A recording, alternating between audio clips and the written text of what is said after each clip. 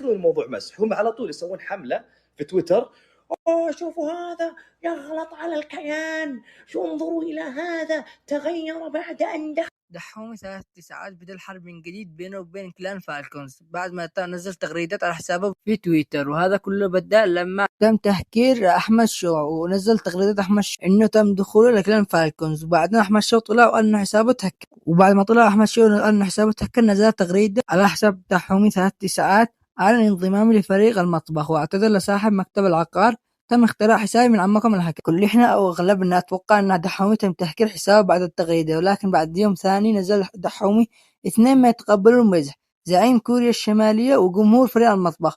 وهنا الدنيا قلبها موقفاش، لدرجة ان دحومي غلط على احد متابعينه بالرسائل بتويت، ونزل تغريدة ثانية اليوم اللي بعد وقال: اكثر 3 مشاريع ناجحة: بوفيه قدام مدرسة، مغسلة قدام عمارة عزاب، مكتب عقار قدام بيت مدير فريق المطبخ. واللي مش فاهم القصة، الآن دحومي جالس يلقح على كلام أحمد شو لما ذكر بمقطع من مقاطعه إنه رئيس فالكوس اللي مساعد دوسري جزال أحد الأشخاص اللي كان يستأجروا مع القصر طلب القصر اللي كان باورش فيديو. بقول لكم حاجتين مرة قوية صح؟ أقول لكم الآن الحاجة الثانية، وهذه قنبلة. تخيلوا يا جماعة لما كنت مع فريقي السابق ونقلنا من الفلة للقصر، صارت سالفة إنه إحنا عرفنا هذا القصر وتواصلنا مع صاحبه ودفعنا له الفلوس حقت الإيجار. هو عرف إنه إحنا خذينا هذا القصر بالتحديد، راح عند صاحب المكتب حق القصر وقال له: أنا أعطيك 1,000,000 ريال زيادة، أنت في جيبك خذها في جيبك، بس لا تعطيه ذولي، عطني إياه. هذه تصرفات رئيس منظمة فالكو.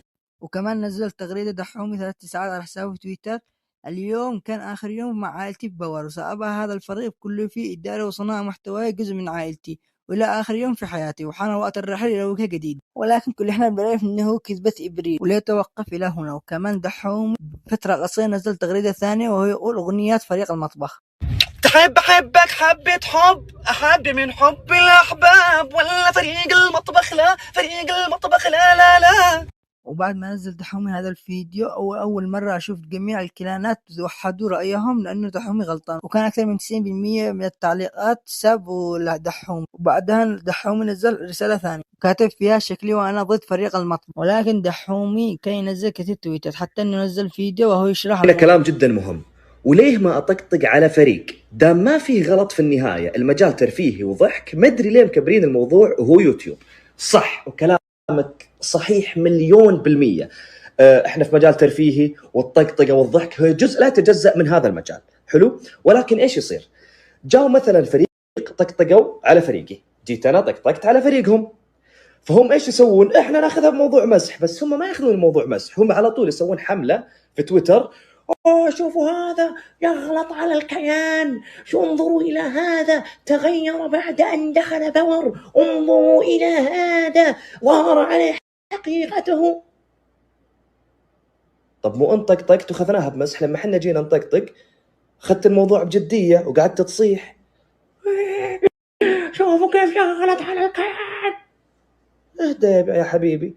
في الوقت الحالي مش هيكونش أي رد من فريق فالكونز على كلام دحومي، بس اللي من منظوري أنا أشوف إن دحومي صار الموضوع كله ترفيه ومزح، من حقه إنه يضحك وطقطق، أهم شيء ما يغلطش عليهم ولا حد يغلط على الثاني، مزح وضحك. وإلى هنا انتهى المقطع. لو عجبكم لا تنسوا اللايك والاشتراك، ومع السلامة.